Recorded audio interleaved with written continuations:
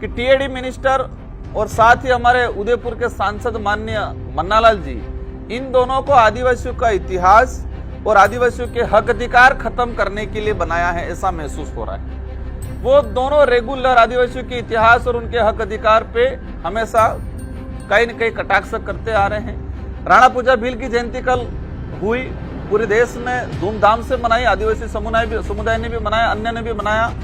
लेकिन जिस तरह से टीएडी मंत्री का कल विवादित बयान आया है, उन्होंने कहा है कि राणा पूजा भील नहीं थे, वो सोलंकी राजपूत वंश से थे। एक इतिहास को खत्म करने का काम कर रहे हैं। सबको पता है ऐतिहासिक पृष्ठभूमि के आधार पे उनके वंशज भी हैं, लेकिन जिस तरह से मॉडिफाई करके किसी विशेष संगठन के द्वारा उनको पोषित किया जाता है मानसिक रूप से, और वो ऐसे बयानबाजी करते हैं क्योंकि उनको वोट बैंक का डर है, उनको राजनीति का डर है।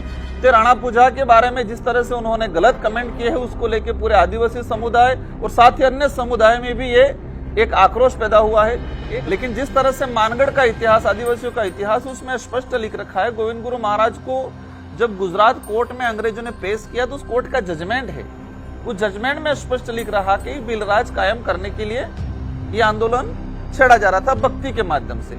तो मन्नालाल जी का न तो इस डूंगरपुर बांसवाड़ा से लेना देना है, न ही उस भक्ति से लेना देना है, और न ही यहाँ का इतिहास जान रहे हैं। लेकिन किसी के इशारे पे ये लोग कहीं न कहीं धीरे धीरे हमारा इतिहास को खत्म करने का काम कर रहे हैं, उनके पार्टी आलाकमान को खुश करने के लिए।